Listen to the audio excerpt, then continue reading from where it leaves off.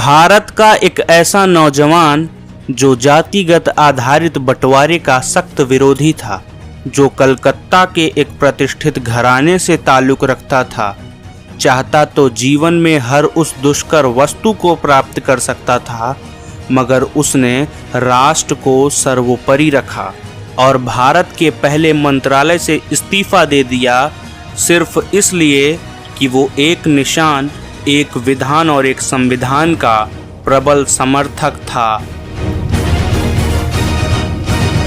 ये कहानी भारतीय जनसंघ के संस्थापक श्यामा प्रसाद मुखर्जी की, जिन्होंने बंगाल में मुस्लिम लीग की दूषित राजनीति का भांडा फोड़ा था।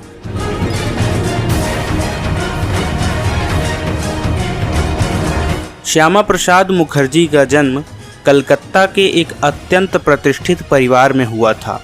1917 में उन्होंने अपनी मैट्रिक की पढ़ाई की। 1919 में उन्हें बीए की उपाधि प्राप्त हुई, जिसके बाद 1923 में लॉ की उपाधि प्राप्त करने के बाद वह विदेश चले गए और 1926 में इंग्लैंड से बैरिस्टर बनकर स्वदेश वापस लौटे। 33 वर्ष की उम्र में कलकत्ता विश्वविद्यालय के कुलपति बने और विश्व के सबसे युवा कुलपति बनने का गौरव प्राप्त किया। इसी दौरान उन्हें कांग्रेस विधानसभा का सदस्य भी चुना गया। बाद में कांग्रेस ने विधानसभा का बहिष्कार किया। इसके बाद मुखर्जी जी ने इस्तीफा दे दिया। बाद में वो निर्दलीय निर्वाचित हुए। श्यामा प्रसाद मुखर्जी के राजनीतिक जीवन की शुरुआत उसी दौर से हो गई थी जब बंगाल में मुस्लिम लीग की राजनीति बड़ी दूषित हो रही थी और वहां पर सांप्रदायिक विभाजन की नौबत आ रही थी, जिसको ब्रिटिश सरकार प्रोत्साहित कर रही थी। जिसके बाद उन्होंने परिस्थिति को भांपते हुए ये सुनिश्चित किया कि बंगाल में हिंदुओं की उपेक्षा ना हो, इसलिए उन्होंने मुस्लिम लीग के सभी मंसूबों को नाकाम कर दिया। मगर 1946 में मुस्लिम लीग ने जंग की राह पकड़ ली और वो उसी दौरान सावरकर जी से प्रभावित होकर हिंदू सभा में शामिल हो गए। ब्रिटिश सरकार की भारत विभाजन की नीति उस समय के कुछ बड़े कांग्रेसियों ने स्वीकार कर ली, मगर डॉक्टर श्यामा प्रसाद मुखर्जी उस समय बंगाल और पंजाब में विभाजन की मांग उठाकर प्रस्तावित पाकिस्तान का विभाजन कराया और आधा बंगाल और आधा पंजाब अखंड भारत के लिए बचा लिया। जिसके बाद गांधी जी और सरदार पटेल उनसे बहुत प्रभावित हुए और मंत्रिमंडल में शामिल होने का प्रस्ताव दिया।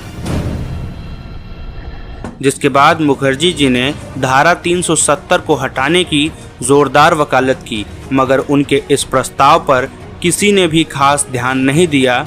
जिसके बाद साल 1951 में उन्होंने इस्तीफा देकर भारतीय जनसंघ की स्थापना की। डॉक्टर मुखर्जी जम्मू कश्मीर से धारा 370 को हटाना चाहते थे। उन्होंने अगस्त 1952 में जम्मू की विशाल रैली में तत्कालीन नेहरू सरकार को ललकारते हुए चुनौती दे दी थी। अपने संकल्प को पूरा करने के लिए डॉक्टर मुखर्जी बिना किसी सरकारी कागज के जम्मू कश्मीर की यात्रा पर निकल पड़े और वहां पहुंचते ही उन्हें गिरफ्तार कर लिया गया और नज़रबंद कर दिया गया। 23 जनवरी 1953 को रहस्यमयी परिस्थितियों में डॉक्टर मुखर्जी की मौत हो गई। डॉक्टर मुखर्जी की मृत्यु कैसी हुई, ये बड़ा ही रोचक मुद्दा है। न कभी किसी सरकार ने इस पर चर्चा करने का प्रयास किया और ना ही इस पर कोई जांच कमेटी बैठाई।